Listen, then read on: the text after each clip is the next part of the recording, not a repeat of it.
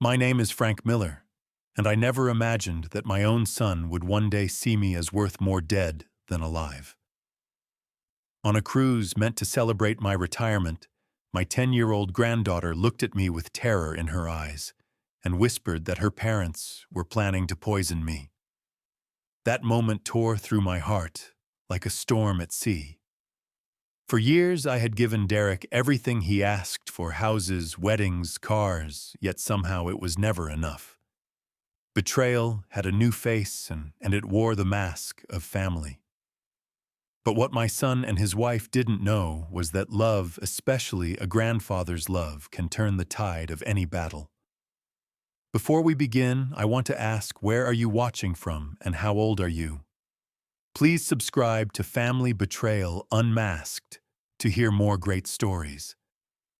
The phone call started like so many others, but this time Derek's voice carried an urgency that cut deeper than usual.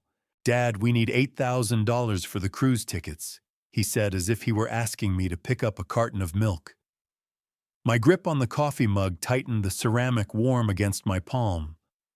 42 years old with a family of his own, and still he treated me like his personal bank. I steadied my tone. "You're a grown man, Derek. Pay for your own vacation." The silence that followed was thick with his resentment, and when he finally spoke again, his words came out like accusations. "You're ruining everything. This is supposed to be a celebration of your retirement." My eyes drifted to the window where Mrs. Henderson, my neighbor, was trimming her roses. Ordinary people living ordinary lives. Meanwhile, my son was demanding thousands of dollars I had no obligation to give. I refused, but I softened the blow with one condition: I'll pay for Lily's ticket. "She's 10, Derek. She shouldn't suffer for her parents' mistakes." He exploded, his voice rising to a shrill pitch. "Don't blame me when she asks why her grandfather ruined her first family cruise." The words struck me like a knife. He had weaponized his daughter's love to twist my arm. I hung up, but the damage was already done. That evening, the sound of tires on my driveway made my stomach sink. Derek and Evelyn entered my house without so much as a knock, their presence heavy and unwelcome. Evelyn's makeup was smeared just enough to look like tears. She perched on the edge of my leather chair, clutching a designer purse that probably cost more than my first car. Derek paced the living room, his broad frame filling the space with agitation. They weren't here for conversation. They were here to corner me. Evelyn's voice trembled. "We're drowning, Frank. Not just the cruise, we owe $50,000. Credit cards, loans, the second mortgage." Derek added sharply, "We need you to co-sign a personal loan. This cruise is part of the plan. It'll show Lily everything is okay."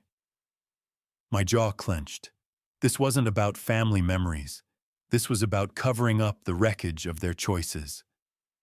As Evelyn dabbed her eyes with a tissue, Derek loomed over me, towering like a bully on a playground. "It's just one signature," he pressed, "or one check. 8,000 now, the loan next week. You can fix this." I thought of every sacrifice I had made over the years: the down payment for their house, the lavish wedding, the honeymoon in France, the car repairs, the countless emergencies. My life savings had bled into theirs, nearly $300,000 in total, and not a dime had ever been returned. My voice came out sharper than I intended. "When does it end, Derek? When do you stand on your own 2 feet?" He leaned closer, his breath hot with desperation. "It ends when you help us one last time." I looked past him to the framed photo of Lily on my mantel, her bright smile from last Christmas hugging me tight, while her parents bickered in the background. She was the only reason I didn't throw them out right then and there. With a hand that trembled from more than age, I pulled out my checkbook. "This is it. The last time."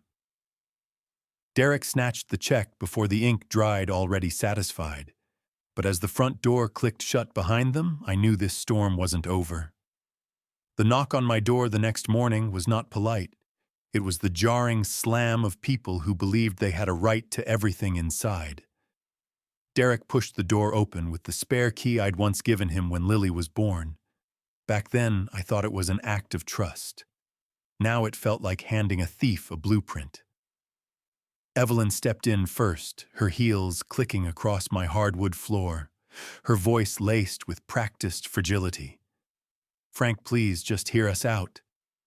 You don't understand what we're going through." Derek followed, shoulders squared, like he was walking into a boardroom, not his father's living room. He didn't sit down. Instead, he wandered about picking up picture frames, setting them down without care, as though testing how far he could invade my space before I snapped. "Sit down," I finally said, keeping my voice even.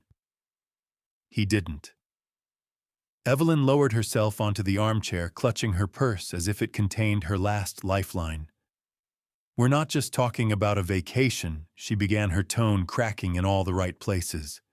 "We're drowning in debt, 50,000. The cruise is a way to show Lily things are still normal. She doesn't need to see us fall apart." Her words were sugar-coated poison. I had heard that script before, guilt dressed as love excuses wrapped in sentiment. Derek cut in sharply. "This isn't about us. It's about family. You always said family sticks together. Well, now's your chance to prove it." His eyes locked onto mine, unflinching, like a poker player bluffing with nothing but desperation in hand. I wanted to shout, to tell them I'd sacrificed enough already. My mind replayed decades of checks and handouts of promises never kept. The wedding that drained $30,000, the honeymoon in France that drained another $15,000, the so-called emergencies that totaled more than most men's retirement accounts. But I stayed calm.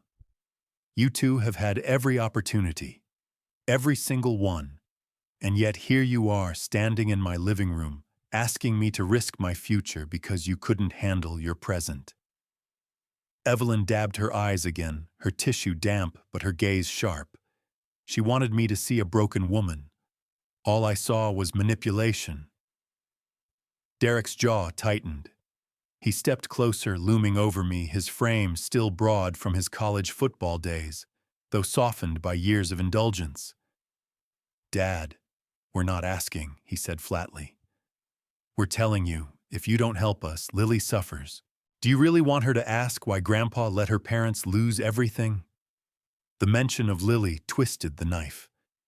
I pictured her bright face, her innocent questions, the way she clung to me on Christmas morning. He knew exactly where to strike. My hand trembled, but this time it wasn't with weakness. It was with rage held in check. "Don't you dare use that little girl as leverage," I whispered. But Derek only smirked, satisfied he had cornered me. Evelyn leaned forward, her voice soft but edged with threat. "Think carefully, Frank. This isn't just about us. It's about keeping the family together. You wouldn't want to be the reason everything falls apart." Their words hung in the air like smoke, suffocating and impossible to ignore. At that moment, I realized this was no longer about helping my son. It was about survival, mine and Lily's. That night, long after Derek and Evelyn had stormed out with my check, I sat at the edge of my bed, surrounded by the ghosts of every dollar I had ever given them. I pulled out the old file folder I kept tucked beneath my socks, a habit from my business days when records meant survival. Receipts, bank statements, and photocopies spilled across the quilt like pieces of a puzzle I had been too blind to assemble. The down payment on their house, $200,000. The wedding, $30,000. The honeymoon in France, $15,000. Car repairs, medical bills, Christmas loans that were never repaid. Each line item whispered the same truth: I had financed their lives while neglecting the quiet future I had planned for myself. My calculator sat on the nightstand. With each tap of the keys, the numbers grew heavier. $200,000, $30,000, $15,000, $810. The total stared back at me, nearly $300,000, $300,000 that I would never see again. My stomach tightened. I had worked 40 years, penny by penny, laying bricks of security for retirement. Yet my son treated it as his birthright, draining it with every crisis, every whim disguised as necessity. The photograph of Lily slipped from the pile and landed face up beside me. Her gap-toothed grin from last Christmas, her arms thrown around me in a hug that almost cracked my ribs. She had whispered, "I love you, Grandpa," while Derek and Evelyn argued over the dishes in the background. That memory burned like a beacon in the darkness. It reminded me why I endured this manipulation, because she was innocent, because she deserved better.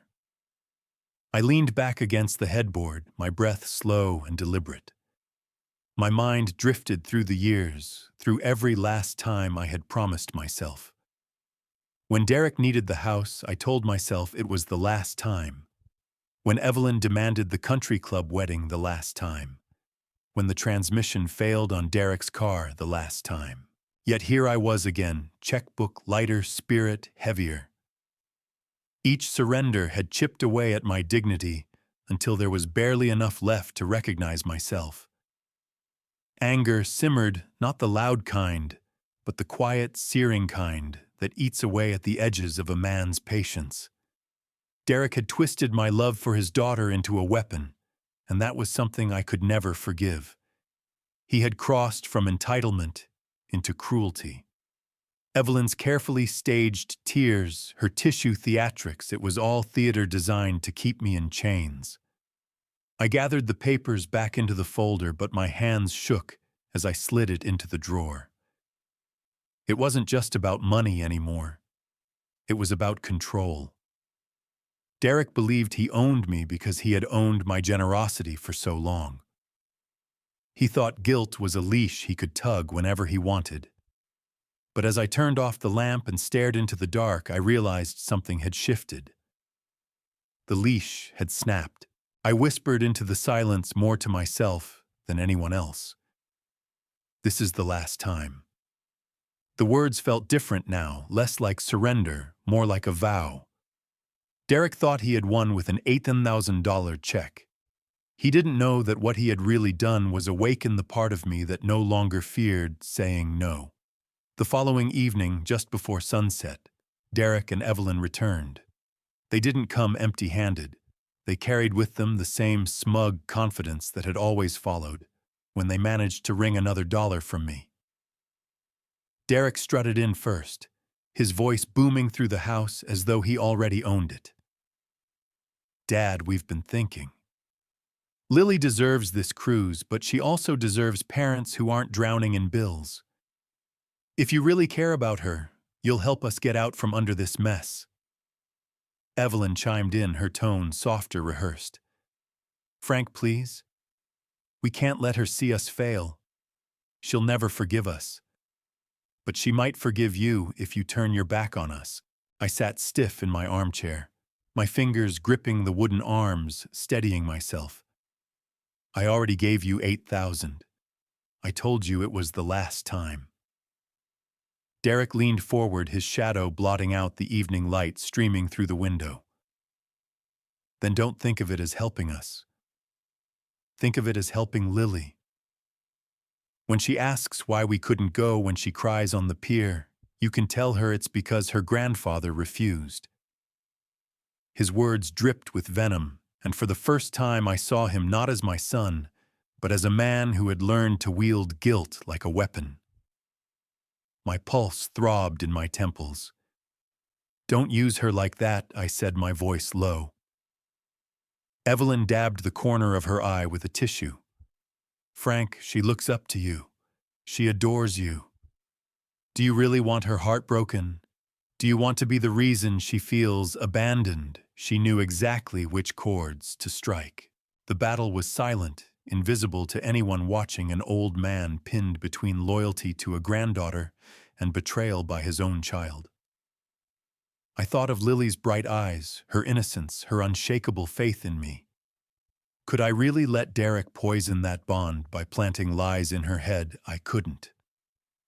My hand trembled as I reached for the checkbook resting on the table beside me. Each movement felt like dragging a chain, each stroke of the pen heavier than the last. I tore out the check, the sound ripping through the room like a gunshot. "This is it," I said, forcing the words past the lump in my throat. "The last time. Do you understand me?" Derek snatched the paper before my sentence was finished, tucking it into his wallet with barely a glance. "Thanks, Dad. You won't regret this." His voice carried no gratitude, only victory. Evelyn rose from her chair, her smile polished but cold. "We knew you'd come through." The front door clicked shut behind them, and silence swallowed the house.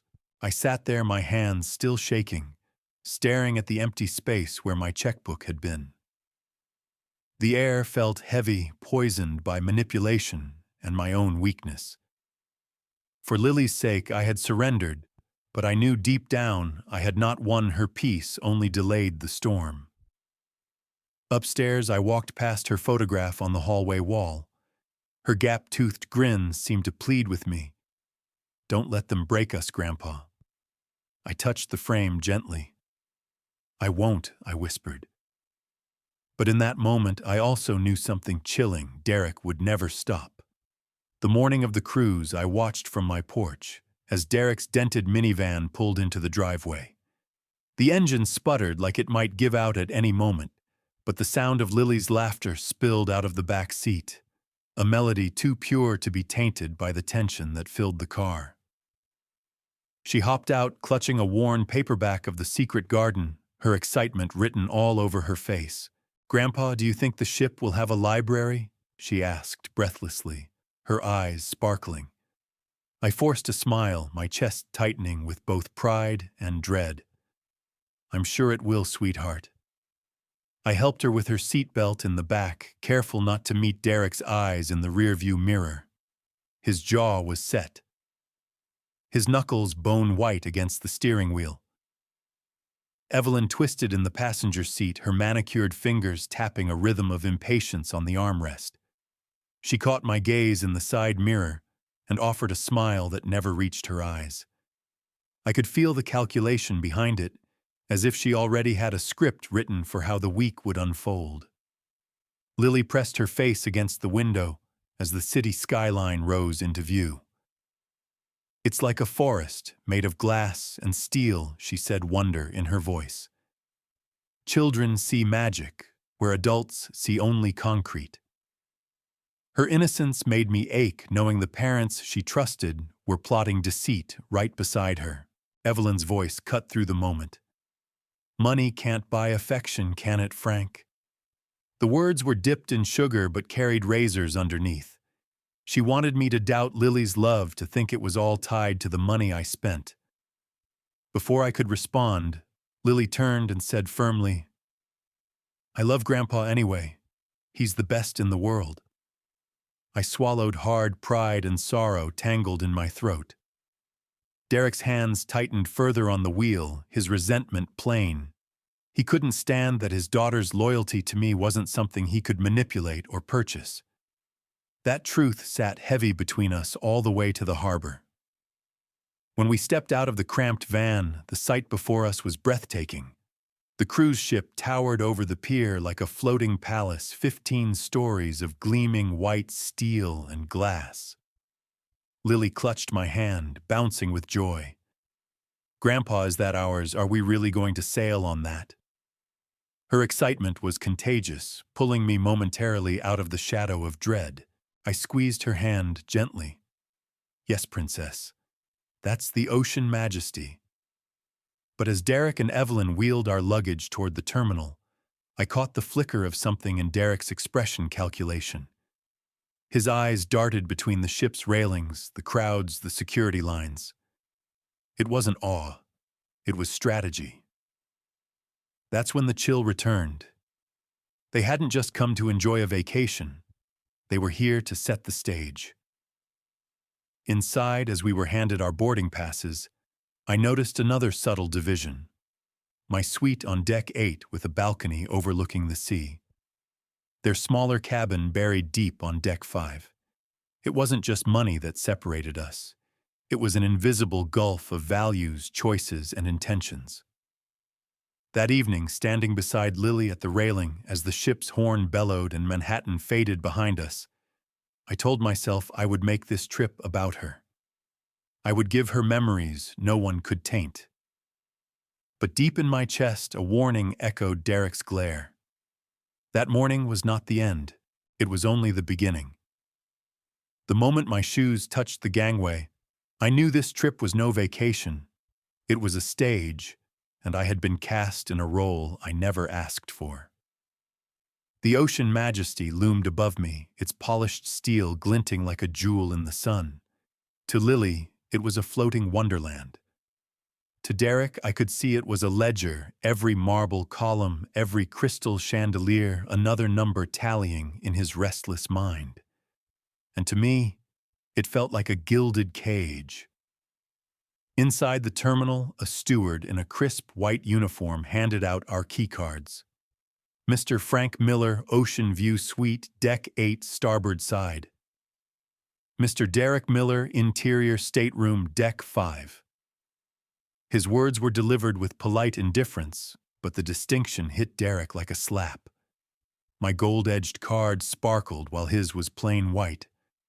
Evelyn's smile tightened as she slipped hers into her purse.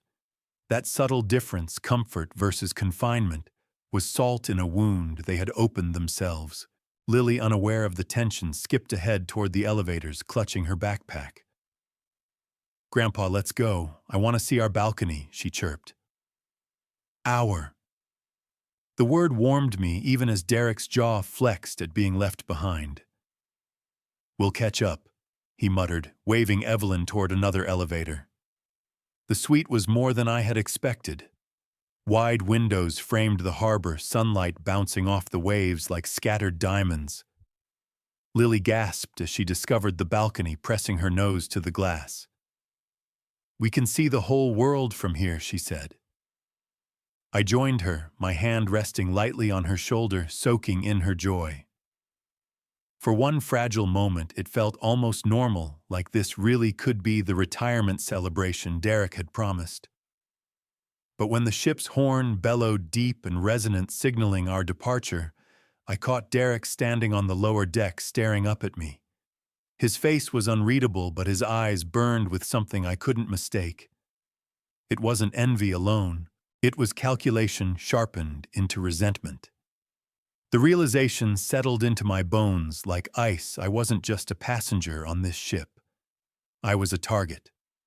Later at the welcome luncheon, the dining room buzzed with laughter and clinking glasses. Families toasted to the week ahead.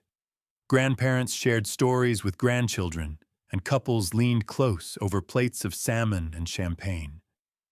Derek and Evelyn slipped into seats across from me, plastering smiles on their faces. To everyone else, they looked like a happy couple enjoying vacation. But beneath the table, Derek's leg jittered like a coiled spring. Evelyn leaned forward, her voice barely audible under the din. "Enjoy your suite, Frank. Just remember, money doesn't buy affection." Her words were meant to cut, but before I could respond, Lily piped up from beside me. "I love Grandpa anyway. He's the best in the world, and money has nothing to do with it." Her voice carried across the table, and for a moment, all conversation around us seemed to pause. Evelyn's smile faltered. Derek's fork clattered against his plate. I reached for Lily's hand and squeezed it gently, my heart swelling with pride and sorrow all at once. She had spoken the truth, without even knowing she was defending me from an attack. But as Derek's glare settled on me, the message was clear: this battle wasn't finished. It was only shifting onto new ground. That evening, after Lily had disappeared into the kids' club, I wandered to the upper deck to breathe in the salt air. The sky was streaked with pink and orange, the Atlantic stretched endless, and for the first time in weeks, I allowed myself to exhale. The sound of children laughing floated up from below, mingling with the hum of the ship's engines. For a fleeting moment, I felt the peace I had longed for. But peace on a ship like this was fragile, like glass balanced on the edge of a table waiting for the smallest push to send it crashing down. I leaned against the railing, closing my eyes when Evelyn's voice slithered into the quiet. "Beautiful sunset, isn't it?" She stood a few feet away, her sundress swaying in the breeze. Her smile was polished, but her eyes carried a sharpness that betrayed her words. Derek lingered behind her hands, stuffed into his pockets, his posture tense. "We've been talking," Evelyn began, her tone sugar-sweet. "You've been generous, Frank, truly. But generosity should be matched with loyalty. Don't you think I didn't answer right away?" I had learned long ago that silence often unsettled people more than words. Derek stepped forward, filling the space between us. "Lily deserves stability. She deserves to know her family is secure. You can make that happen." His voice was steady, but I could hear the undercurrent of command, as if this wasn't a request, but an expectation carved in stone. My jaw clenched. I've already done enough. More than enough. My gaze fixed on the horizon, not on them. Evelyn tilted her head, her earrings catching the last rays of sunlight. "Money can't buy affection, Frank, but it can certainly buy the appearance of it. Think about Lily. What will she think when she realizes her grandfather refused to keep her family together?" Her words were a dagger disguised as a lullaby. I turned, meeting her eyes. "Don't mistake her love for something you can manipulate. That little girl loves me for who I am, not for what I give." Evelyn's smile cracked for the first time, but before she could retort, a small voice broke the tension. Grandpa Lily's voice rang out as she bounded up the steps, hair tangled from playing cheeks, flushed with joy. She ran straight to me, ignoring her parents entirely, and wrapped her arms around my waist. "Guess what? They're having a magician show tonight. Can we go together?" Her eyes sparkled with excitement, unaware of the storm brewing just a few feet away. I knelt down, brushing her hair back from her face. "Of course, sweetheart. We'll go." Behind her, Derek's jaw tightened, his resentment unmasked. Evelyn turned away, her arms crossed, her smile gone. At that moment, I understood something chilling. Lily's loyalty to me wasn't just irritating them, it was threatening. She wasn't supposed to love me more than them, and now they were realizing they couldn't control it. As we walked hand in hand toward the theater, Lily's chatter about card tricks and rabbits in hats filled the air. I forced a smile for her sake, but my mind raced. Derek and Evelyn weren't just angry at me anymore. They were jealous of the one thing they couldn't buy or bend her heart, and jealousy, I knew, could be far more dangerous than debt. The ship's library became my refuge the next afternoon. Rows of leather-bound books lined the walls, the scent of polished wood and salt air blending into something strangely comforting. I sank into a deep chair near the panoramic windows, the sea stretching endlessly beyond the glass. For the first time since boarding, I opened a novel and tried to lose myself in someone else's story. The steady rhythm of the waves rocked the ship gently, and I almost convinced myself the storm at home and on this ship was far behind me. But peace never lasted long where Derek and Evelyn were concerned. I caught sight of them in the reflection of the glass hovering near the doorway. Their voices were hushed, but tension clung to them like smoke. Evelyn's eyes darted toward me, then away, while Derek's shoulders stiffened as if he were weighing whether to approach. Instead, they turned and walked off, leaving me with a gnawing unease. I closed the book, the words swimming unread before me.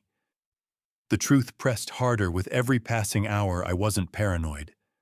They were watching me, calculating. This cruise wasn't about family memories. It was about staging control. I could almost feel the gears turning in Derek's mind as he measured my worth not as a father, but as a prize. Later, Lily tugged me toward the pool deck, her laughter echoing as she splashed in the shallow end. I tried to stay present to let her joy wash over me like sunlight, but even as I watched her paddle across the water, my eyes wandered. Derek stood at the far end of the deck leaning against a railing, his gaze fixed on me. Not on Lily, not on the ocean on me. His expression wasn't casual observation. It was assessment. Like a predator studying his prey's habits before making a move. I shifted uneasily in the lounge chair. My heart beat faster than it should have. Maybe it was exhaustion. Maybe it was age. But deep down I knew better. Derek was waiting. Evelyn appeared moments later, sliding her sunglasses into place. Her lips curved into a smile too thin to be genuine. She whispered something to Derek, and both of them turned away, disappearing into the crowd. For the rest of the day, I couldn't shake the feeling of being hunted. At dinner, they sat across the dining room, smiling for the waiters, toasting with wine, but their eyes flickered toward me when they thought no one was watching. On the promenade deck, as Lily and I admired the sunset, I felt the weight of their presence lingering just behind us, as if the shadows themselves carried their intentions. That night, as I tucked Lily into her bunk, she looked up at me, her face lit by the soft glow of a cabin lamp.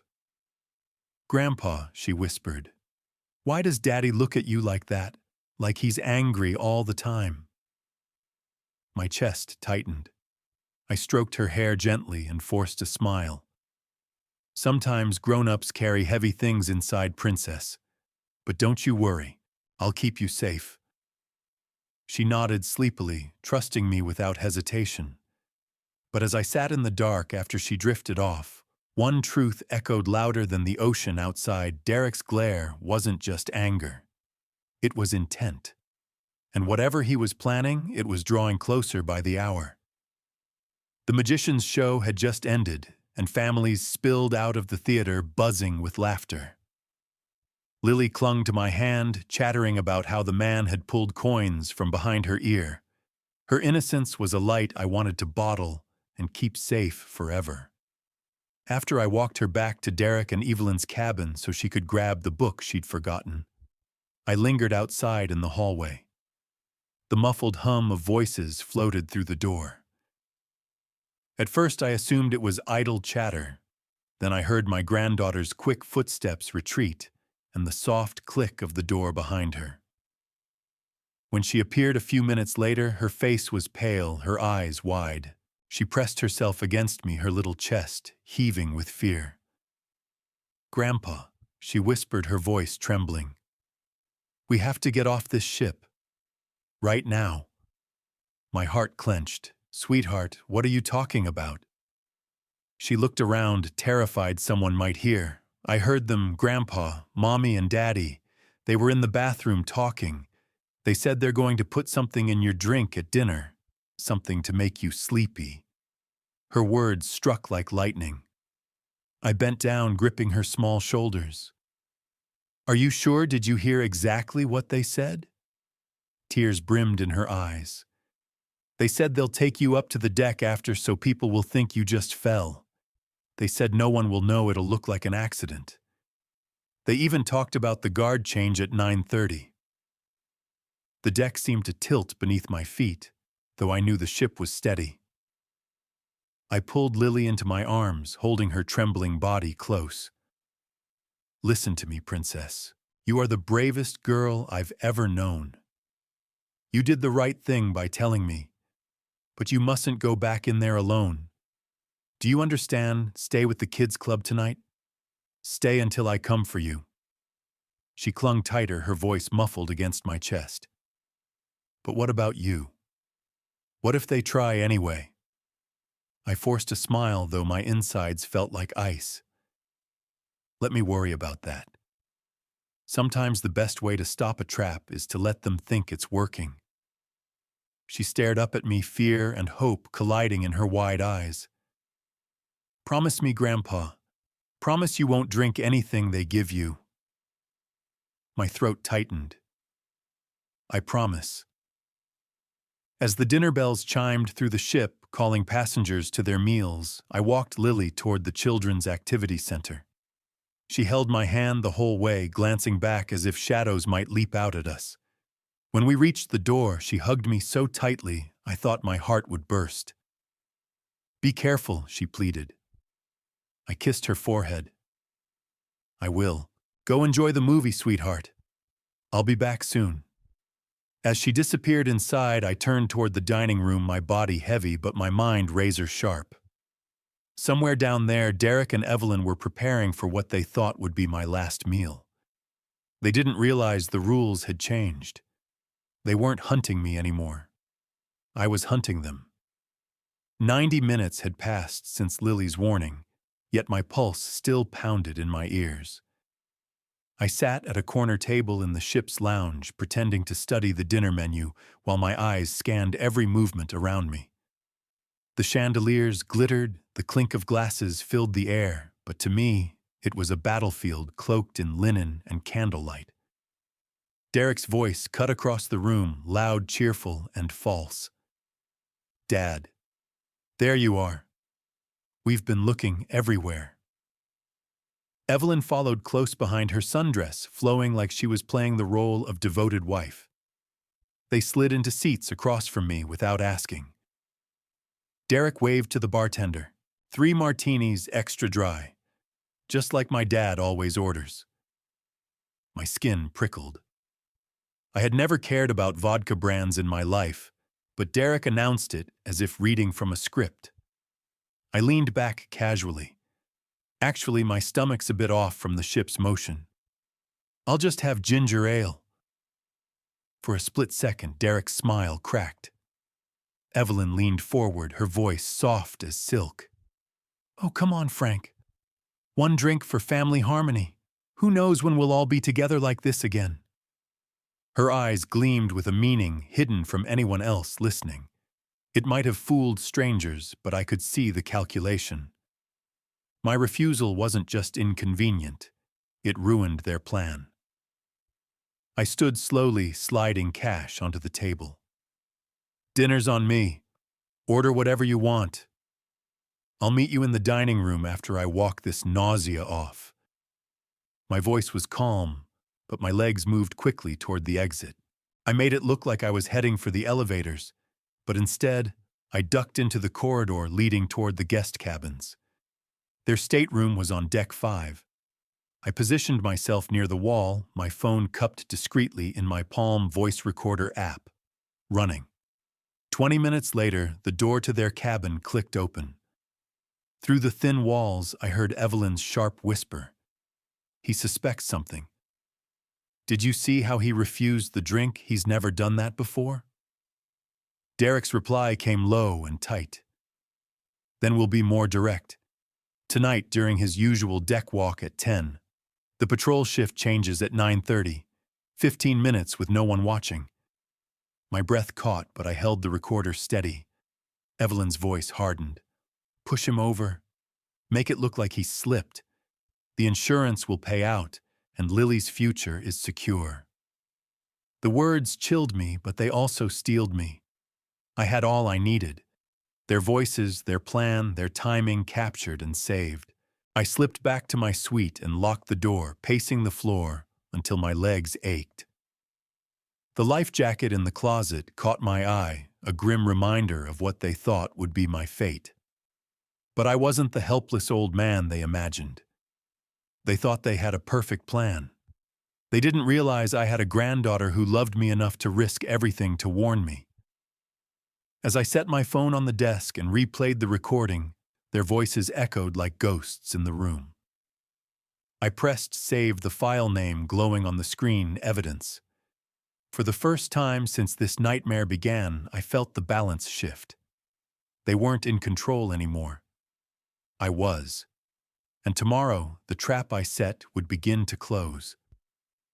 The dining room sparkled that evening, crystal chandeliers casting golden light across rows of white-clothed tables. Waiters glided between guests carrying silver trays of cocktails, their polished shoes silent against the marble floor. I had chosen a corner table with a clear view of every entrance, my back against the wall. Old habits die hard.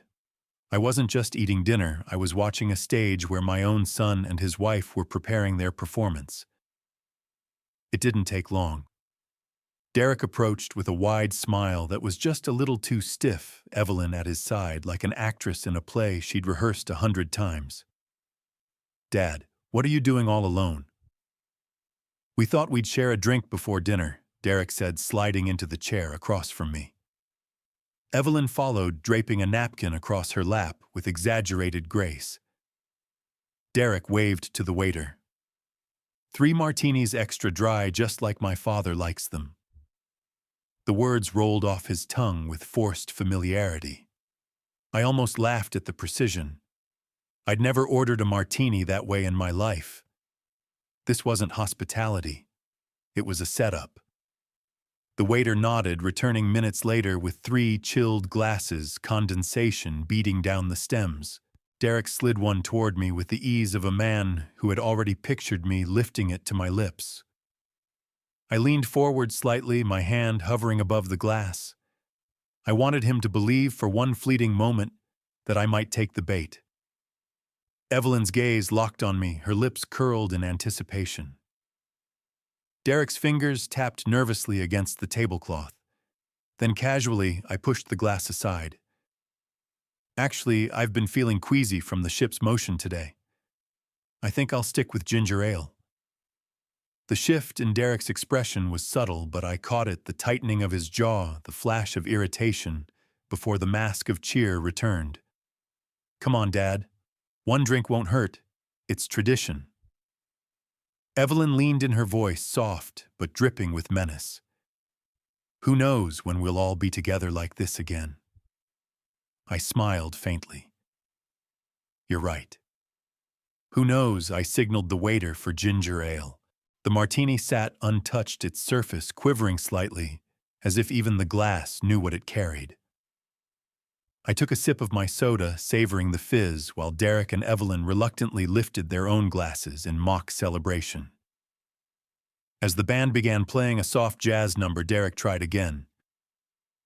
"You used to be the life of the party, Dad. Don't tell me age has made you dull." I met his eyes, calm and unflinching. "Age has made me cautious." His smirk faltered. Evelyn's eyes darted around, searching for a new angle, but she found none.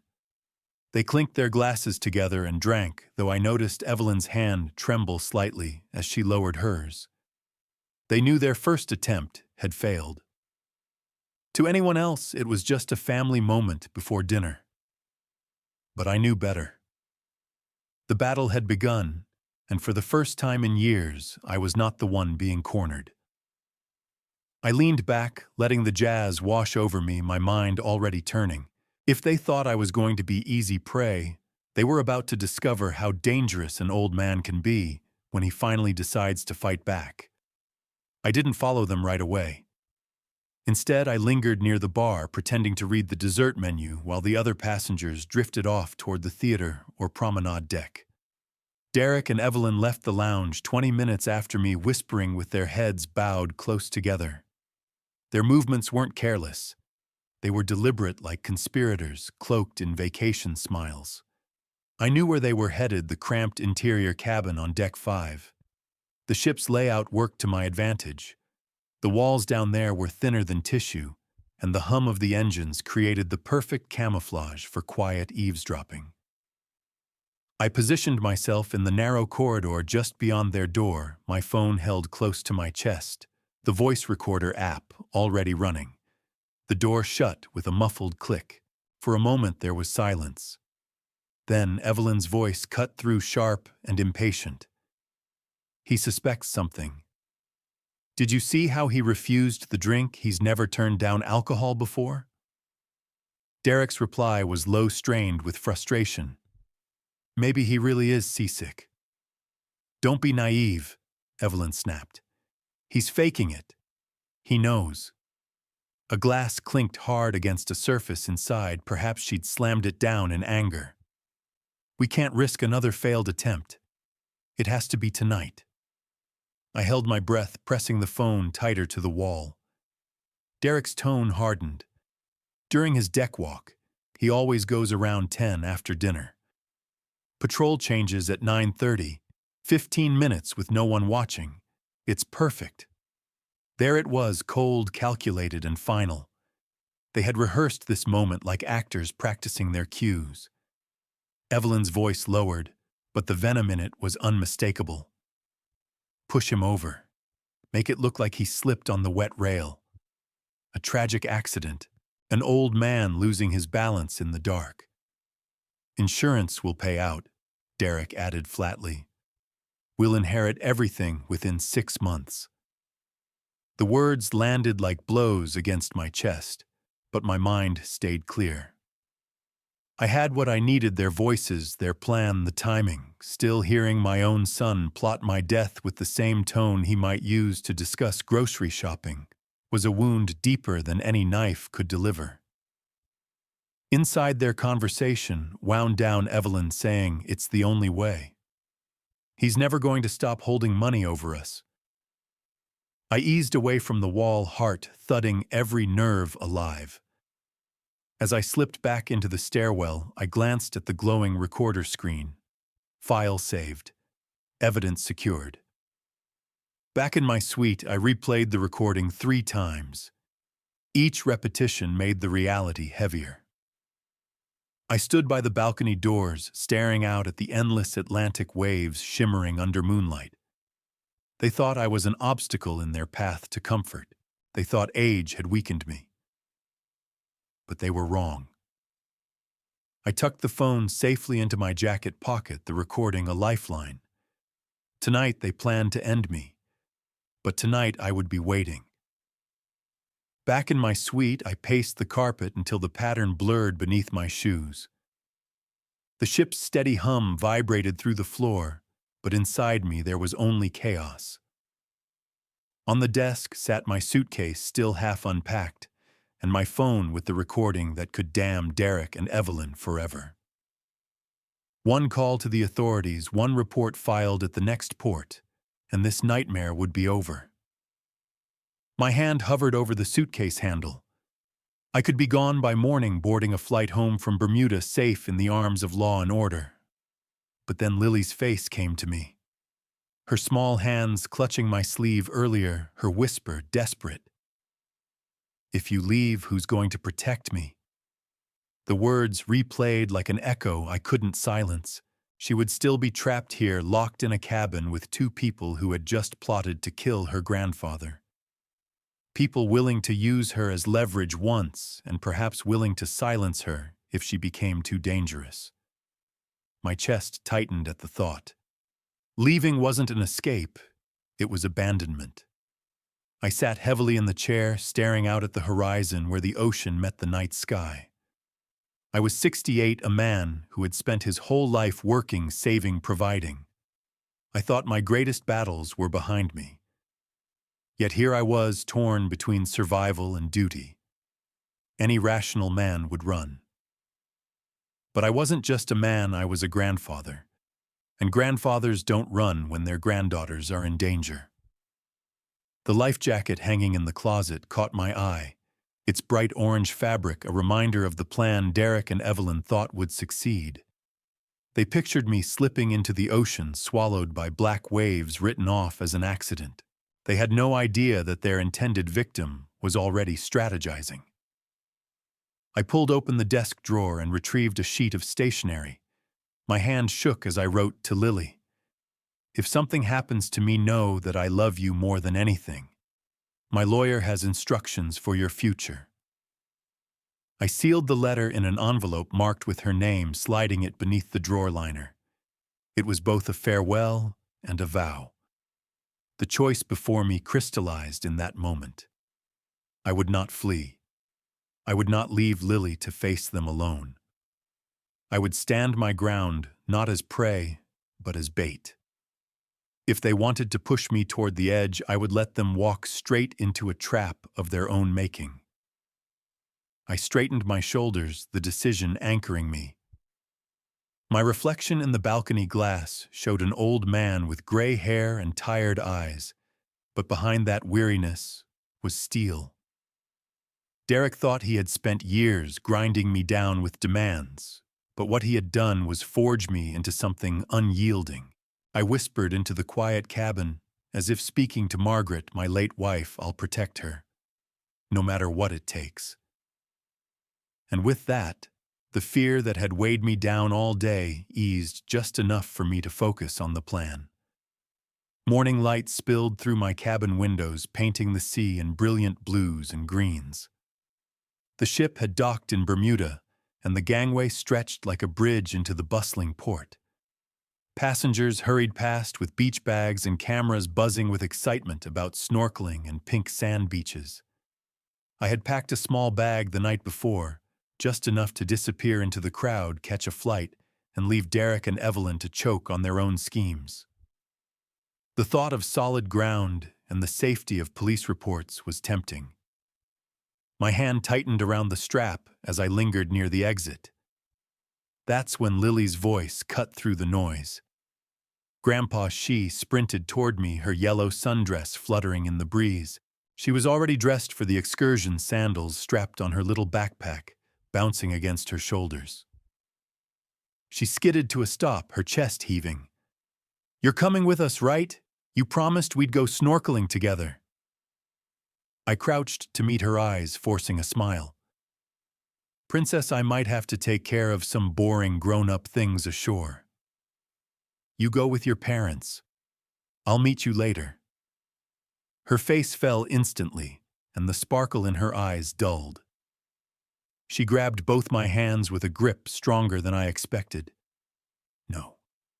Please don't leave me alone with them. Please, Grandpa." Her voice broke, dropping to a whisper only I could hear. "They'll hurt you if I'm not here to stop them. And if you leave, who's going to protect me?" The words struck like a hammer.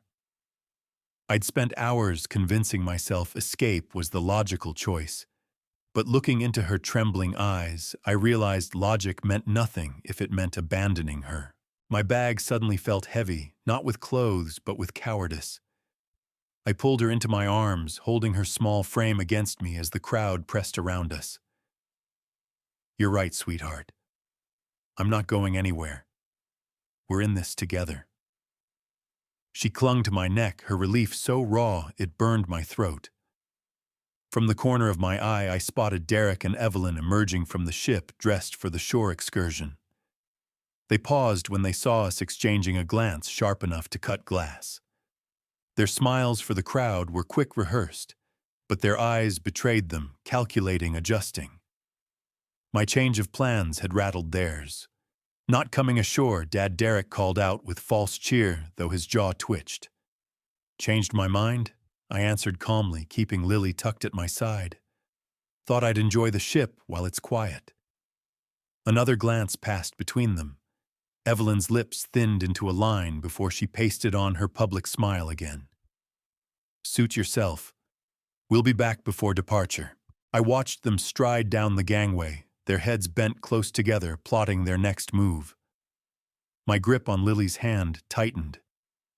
Running had never been an option, not anymore. If they thought I was an old man easy to push overboard, they were about to learn the truth. This wasn't their game anymore. It was mine. The ship was quiet after most of the passengers had disembarked for the day's excursions. The hum of the engines echoed through the empty corridors, steady as a heartbeat. I walked with purpose, the recording of Derek and Evelyn's voices heavy in my jacket pocket. Each step brought me closer to the bridge and closer to the decision I could no longer delay. I wasn't just a grandfather on vacation anymore. I was a man carrying proof that his own son intended to murder him. When I reached the captain's quarters, I hesitated at the door. My knuckles rapped softly but firmly. "Come in," a voice answered. Inside, Captain Johnson sat behind a polished desk, his gray eyes steady and seasoned by decades at sea. He looked up clearly, expecting some minor complaint about service or accommodations. Instead, I placed my phone on his desk, pressed play, and let the voices speak for themselves. Push him over. Derek's recorded tone filled the room. Make it look like he slipped. The insurance will pay out and we'll inherit everything within 6 months. The captain's expression hardened. He listened twice, jaw tightening with each repetition. "Mr. Miller, are you telling me your own son is plotting to kill you aboard my ship?" I nodded. "That's exactly what I'm telling you. And I have more." Lily overheard their plan. "They tried to poison me last night. This recording confirms the rest." For a long moment, Johnson studied me, weighing my words. Finally, he picked up his radio. "Security to captain's quarters. Priority 1. Within minutes, Officer Michael Smith arrived, mid-30s, with alert eyes and a no-nonsense posture. The captain replayed the recording, then looked to me. "Mr. Miller, if we confront them now, we can confine them until authorities take over at the next port." I shook my head firmly. "If you arrest them today, Lily loses both her parents in one blow. She's 10 years old. She's already endured enough. I want them stopped, but I won't destroy her completely in the process." Smith frowned. "What are you suggesting?" I met his gaze steady. "Tonight I'll take my usual deck walk at 11:30. They'll come for me just as they planned. But you'll be there, hidden, ready. Catch them in the act and there'll be no doubt. Not even Derek can talk his way out of being caught red-handed." The officer shook his head. "That's dangerous. You're asking to be bait." "I'm 68 years old," I replied evenly. "I can't outrun them. I can't overpower them. But I can outthink them. And with your help, we can end this on my terms, not theirs." The captain leaned back, folding his hands. "You realize, Mr. Miller, you're taking an enormous risk." I straightened my shoulders. "The greater risk is letting them believe they can get away with it. If they're willing to kill me, what's to stop them from hurting Lily next?" Silence filled the room. Finally, Johnson nodded. "Very well, we'll stage it. Officer Smith, prepare 2 men for backup. Mr. Miller, tonight you walk the deck exactly as you always do. And we'll make sure the hunters become the hunted." As I left the quarters, the envelope I had written for Lily earlier still sat hidden in my suite. I prayed she would never need it. Tonight, either justice would prevail or the ocean would claim me. The night air was crisp, carrying the briny scent of the Atlantic. The ship cut through the water with a steady rhythm, and the upper deck was almost deserted, just as I knew it would be. At 68, I must have looked every bit the part of an old man seeking a quiet stroll beneath the stars. My hands were clasped behind my back, my cardigan buttoned neatly, my posture just slightly hunched. To any passing glance, I was harmless, vulnerable. That was exactly what I wanted them to think. The railings glistened faintly with sea spray, slick and treacherous under the pale light. I paused at my usual spot, starboard side, gazing out at the endless dark horizon. Somewhere in the shadows behind the lifeboats, Officer Smith and his men waited, their presence invisible but steady. The emergency whistle rested in my pocket, cold against my palm, ready for the moment I would need it. Then came the voice. "Dad." Derek's tone was falsely warm, too smooth. I turned slowly to face him. He stepped into the light with Evelyn at his side. Both wore dark clothing, black pants, navy windbreakers blending seamlessly with the night sky. They flanked me like seasoned predators, every step rehearsed. "Out for a late walk?" Derek asked, his smile brittle. "Couldn't sleep," I said evenly. "The ocean clears my head. You should be careful." Evelyn added, her voice soft as silk, but edged with menace. "At your age, balance isn't what it used to be. One slip." She trailed off, letting the implication hang heavy between us. They moved closer, narrowing the space, positioning themselves, just as they had planned in their whispered conversations. The choreography was smooth, Evelyn blocking the exit, Derek edging me toward the rail. Their eyes gleamed with anticipation, believing they were minutes away from inheriting my life's work. But I wasn't the one cornered. Not tonight. I straightened my shoulders and met Derek's gaze. My balance is fine, just like my hearing was fine yesterday when I overheard you two planning this. The color drained from his face. Evelyn's lips parted in a sharp inhale, her eyes flicking nervously toward the shadows. What are you talking about? Derek hissed, his false smile cracking. I know everything I said, my voice calm but cutting. The poison in the martini. The patrol shift at 9:30. Your little script about an old man losing his footing. It's all on tape. For a heartbeat, silence hung between us, broken only by the rush of waves. Then Derek lunged his hand, grabbing for my arm, trying to force me backward. His grip was strong, fueled by desperation. I didn't fight him head-on. Instead, I yanked the whistle from my pocket and blew with all the force in my lungs. The shrill sound split the night, echoing across the deck like an alarm bell. Security, security, I shouted as Derek wrestled to cover my mouth. Evelyn hissed, shut up, pressing closer, her hands clawing at me. But the shadows erupted. Officer Smith stepped forward, flashlight beam slicing through the dark. Step away from Mr. Miller, he barked. Two other guards flanked him, moving swiftly. Derek released me so fast I nearly stumbled, his face caught in the white glare. They thought the deck would be their stage for murder. Instead, it had become their trap. Flashlights sliced through the darkness, catching Derek square in the face. His expression shifted from predatory focus to panic in an instant. Evelyn froze beside him, her hand still outstretched as if mid-motion, caught like a thief in a spotlight. Step away from Mr. Miller now. Officer Smith's voice was sharp, commanding. He strode forward with his two colleagues flanking him, their presence filling the deck with authority that Derek could not intimidate or manipulate. This isn't what it looks like. Evelyn blurted, her voice rising too high, too fast. We were just helping him back inside. He was unsteady. I snapped my chest, still heaving from the struggle. You were pushing me toward the rail. My voice rang across the empty deck, steadier than I felt, but firm enough to slice through her lies. Derek held up his hands, trying for nonchalance. Dad's confused. He's been paranoid all week. Ask anyone he thinks we're plotting against him. His smirk returned, but it no longer had power. The recording in my pocket was proof enough, and his mask was cracking. Turn around. Hands behind your backs. Officer Smith's tone left no room for argument. This is entrapment, Derek barked as one of the guards moved behind him with cuffs. He twisted his shoulders, but the officer's grip was stronger, decisive.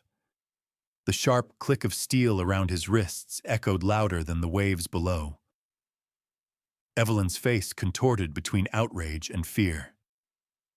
You can't do this. We're his family. This is a misunderstanding. She raised her hands slowly, but her eyes darted wildly, searching for a way out. Frank, tell them. Tell them we were only worried about you. I took a step closer, my voice low but firm. You tried to poison me, then planned to throw me into the ocean. Lily overheard everything. And now I've got your own voices on tape. I tapped my jacket pocket for emphasis. Her shoulders slumped, the last of her performance draining away. The second guard secured her wrists, ignoring her protests. You don't know what you're doing. Without us, Lily has no family. At that, something inside me snapped. My voice cut sharper than the sea wind. You forfeited that the moment you turned her into a weapon to get to me. She is not a bargaining chip. She's a child. and she deserves better than the parents who would rather see her grandfather dead than face their own mistakes. The guards led them toward the stairwell, Derek thrashing against the grip on his arm, Evelyn still spitting excuses. Officer Smith lingered, his flashlight beam steady. "Mr. Miller, are you hurt?" I steadied myself against the railing, the cold metal grounding me. "No, just grateful you were here." Smith nodded once. "You were brave to set the bait. But brave doesn't mean reckless. We'll keep them under control for the rest of this voyage." As Derek disappeared down the stairs, he twisted his head back, eyes blazing. "This isn't over, Dad. You'll see. Money changes everything." But as the heavy door closed behind them, his threats lost their weight. For the first time in days, I stood on the deck without fear pressing against my ribs. The night sky stretched wide, the stars reflecting across the black water. They had underestimated me, and worse for them, they had underestimated a grandfather's determination to live for the granddaughter who needed him most. The security office smelled faintly of salt and polished brass. Its narrow walls lined with monitors showing every angle of the ship.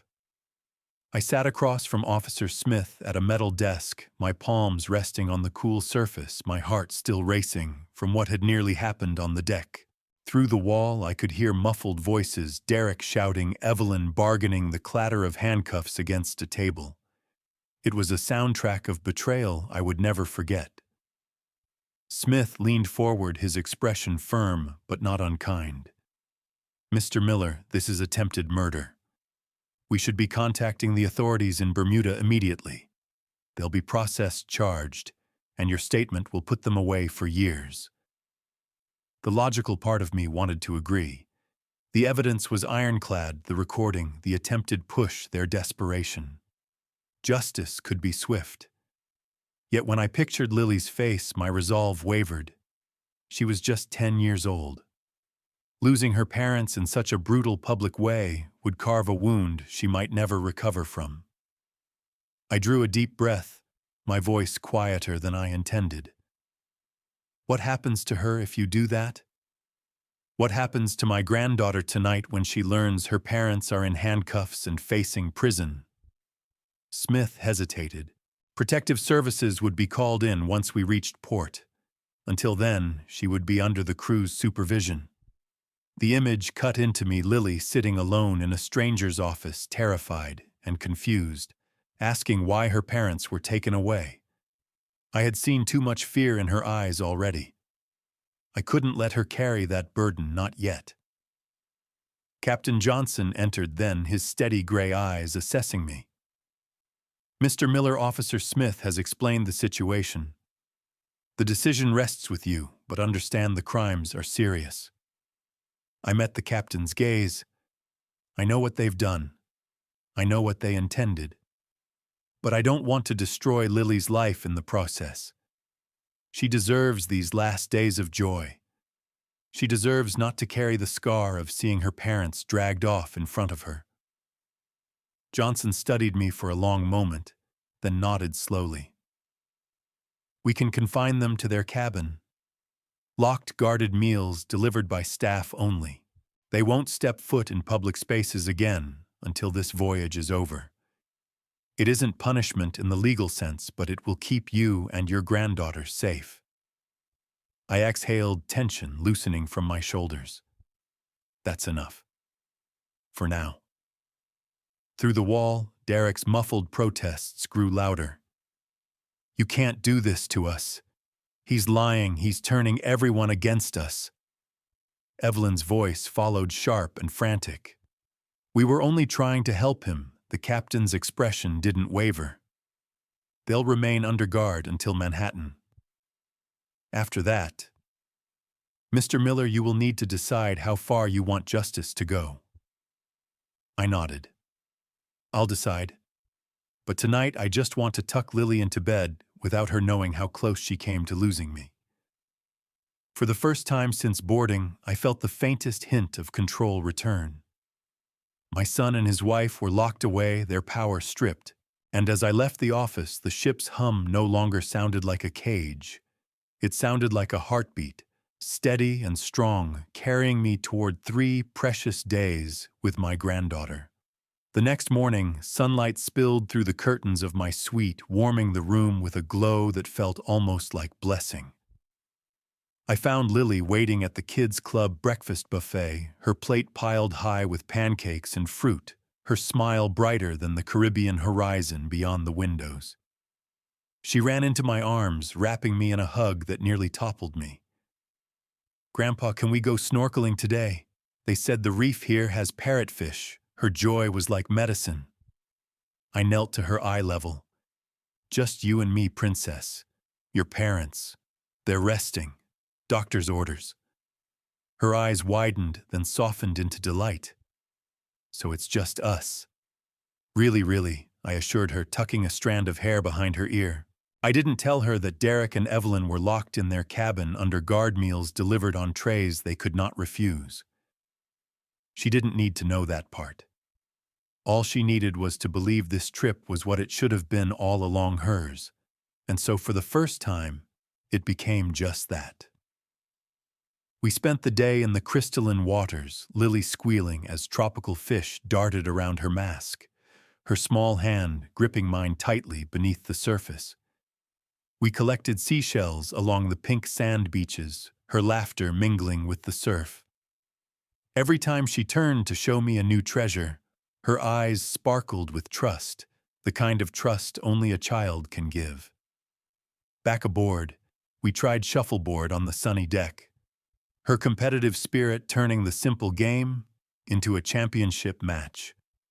Later in the library, she curled against me as I read aloud from The Secret Garden, her head resting on my shoulder as the ship rocked gently beneath us.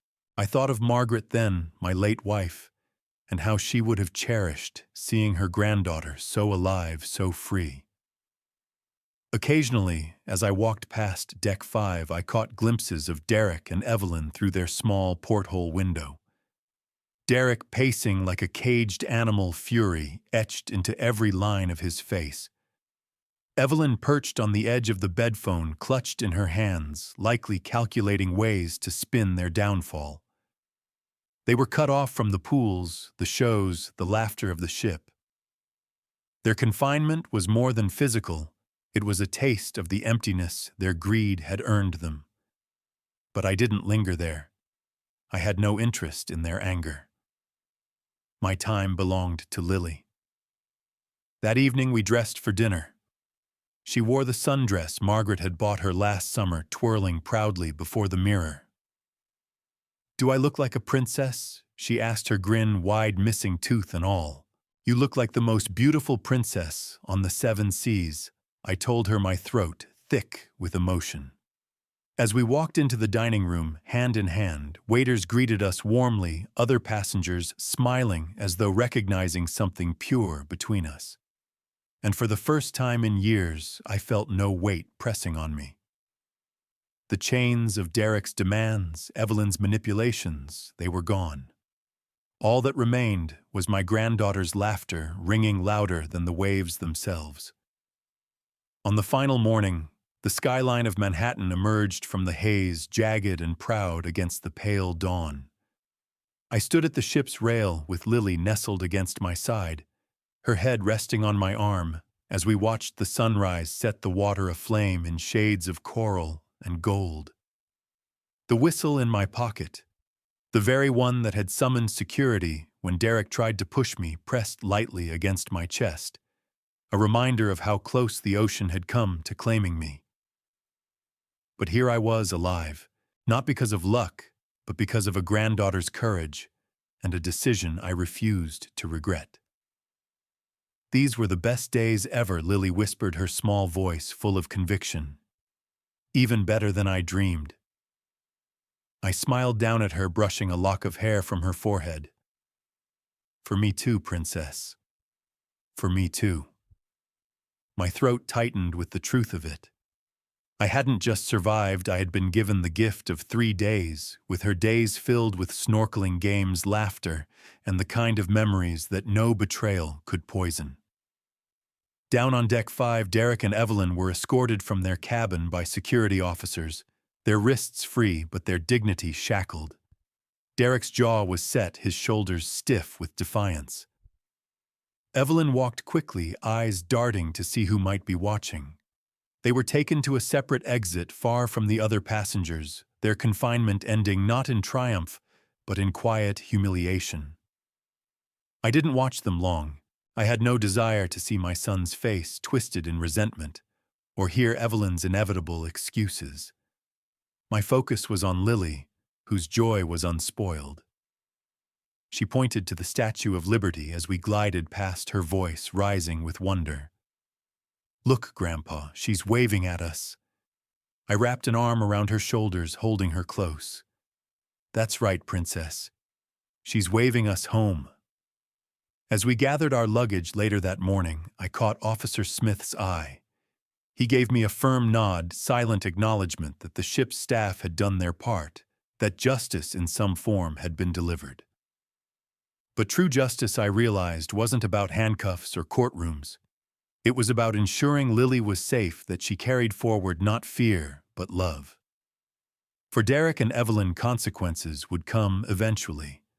Choices always had a way of catching up, whether through law debt or the slow erosion of trust.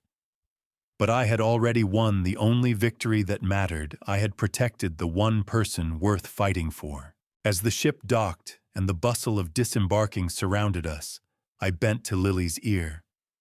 "No matter what happens, remember this, sweetheart, love is stronger than greed. And family isn't about who demands the most. It's about who protects you when it matters." She nodded solemnly, slipping her small hand into mine. Together we walked down the gangway, leaving behind not just the ship, but the shadows of betrayal that had haunted it. Ahead lay the city, noisy and alive. But for the first time in years, I stepped into it, lighter, carrying only the laughter of a granddaughter who had reminded me what family was supposed to mean. Looking back on that week, I realized the greatest battle I fought wasn't against Derek or Evelyn. It was against my own weakness, the part of me that kept surrendering for the sake of peace. For decades, I thought giving in was the price of being a good father, that sacrifice without boundaries was love. But standing on that deck with their hands shoving me toward the ocean, I finally understood love without respect becomes a weapon. And when family uses it against you, it cuts deeper than any stranger's betrayal ever could. Lily reminded me of the truth. A child doesn't need money or luxury to know she is loved. She needs presence, protection, and honesty. Those 3 days we shared, snorkeling in clear waters, reading side by side, watching sunsets together, meant more than the hundreds of thousands I had wasted trying to buy harmony with her parents. To anyone listening now, if you're a parent or a child grown into adulthood, ask yourself, are you honoring the people who carried you, or are you exploiting their love until nothing is left?